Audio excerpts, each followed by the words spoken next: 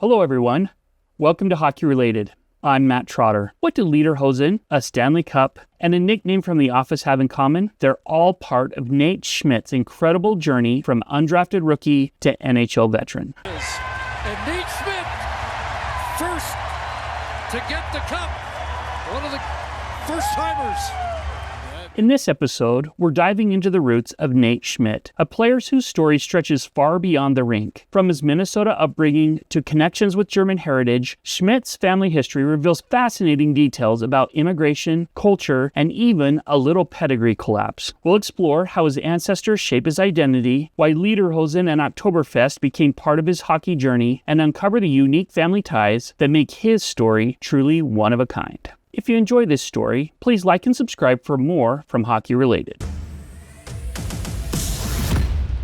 The Washington Capitals signed Nate Schmidt as a free agent on April 2, 2013. Just a few months later, on October 12th, his entire family flew to Washington, D.C. to watch him make his NHL debut against the Colorado Avalanche. His parents, Tom and Joanne, and his brother Mike came in from Minnesota, and his sister Emily, she went above and beyond. At the time, she was in med school in Arizona and was scheduled to be in surgery, but her doctor let her skip it so that she could be there for Nate's big moment. Schmidt scored his first NHL goal on December 7th, 2013, against the Nashville Predators. Fast forward to 2017, and Nate was claimed by the Vegas Golden Knights in the NHL expansion draft. He became a cornerstone of their inaugural season, setting career highs in points, logging heavy minutes, and helping Vegas to reach the Stanley Cup Finals in their very first year, where they faced his former team, the Washington Capitals. That run was historic, and Schmidt quickly became a fan favorite in Vegas. So when he was traded in 2020, fans were crushed. After stints with the Vancouver Canucks and the Winnipeg Jets, Schmidt signed with the Florida Panthers in 2024, and that season, he played a key role during their championship run, chipped in playoff points from the third pairing, and finally got to lift the Stanley Cup for the first time. In fact, he was the first player handed the cup after Captain Alexander Barkov, a huge honor. The following year, Schmidt signed a 3-year contract with the Utah Mammoth on July 1st, 2025. Pretty incredible for a guy who went undrafted, now in his 11th NHL season as a reliable blue liner.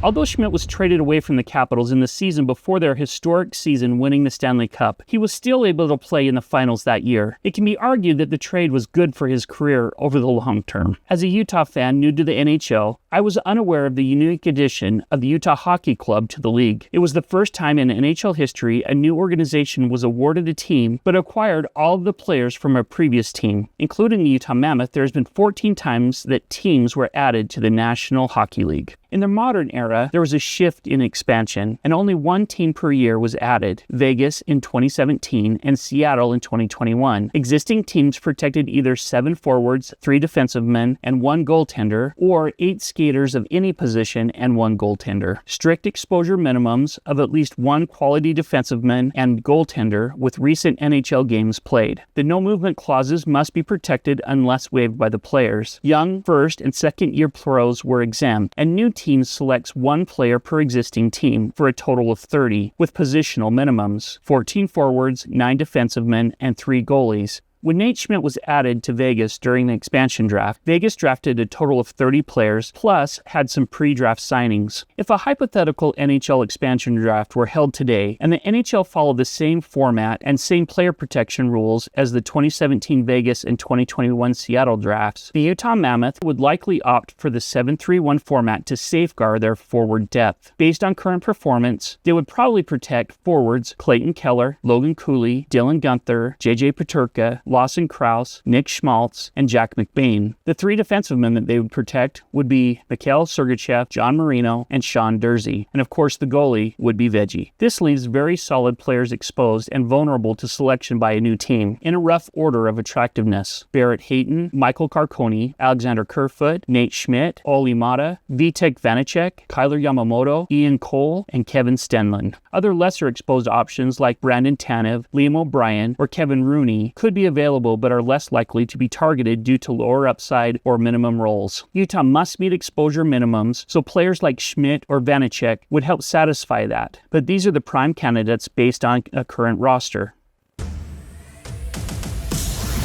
Nathan Thomas Schmidt was born July 16, 1991 in St. Cloud, Minnesota, to Tom and Joanne Schmidt. He grew up with 2 siblings and, like many kids in Minnesota, played just about every sport, but ultimately chose hockey. By 2007, Schmidt was skating for the U.S. Under-17 team, earning a silver medal at the Five Nations Cup in the Czech Republic. Then came college hockey at the University of Minnesota. His freshman year, he was quiet, but by his sophomore season, he exploded, leading all college defensive men with 38 assists. As a junior, he added 32 points, including 9 goals. And a fun fact, his college roommate was Nick Bjugstad, who played for Utah during its inaugural season. College is also where Nate met his future wife, Allie Renke. Allie was a midfielder for the Golden Gophers women's soccer team and earned a degree in graphic design. She grew up in an athletic family. Her dad, Chris, played hockey at Hamline University and was a former Masters Division world champion boxer. Her brother, Mitch, played hockey for Michigan Tech, signed with the St. Louis Blues, and is an undrafted free agent who now plays in Germany. After signing with the Washington Capitals, Nate finished the season with Hershey in the AHL, scoring 1 goal and 4 points in 8 regular season games, plus 2 assists in 5 Calder Cup playoff games. And about that number 88. Nate didn't pick it. It was assigned to him as an undrafted rookie in Washington, but it stuck, and now is part of his NHL identity. Both Schmidt and Liam O'Brien went undrafted and started their careers as free agents with Washington. They played together in Hershey and with the Caps from 2015 onward. This is where Nate gave Liam the nickname Big Tuna, a nod to The Office. Later, Nick Schmaltz's brother added a twist, Spicy Tuna, and the name stuck.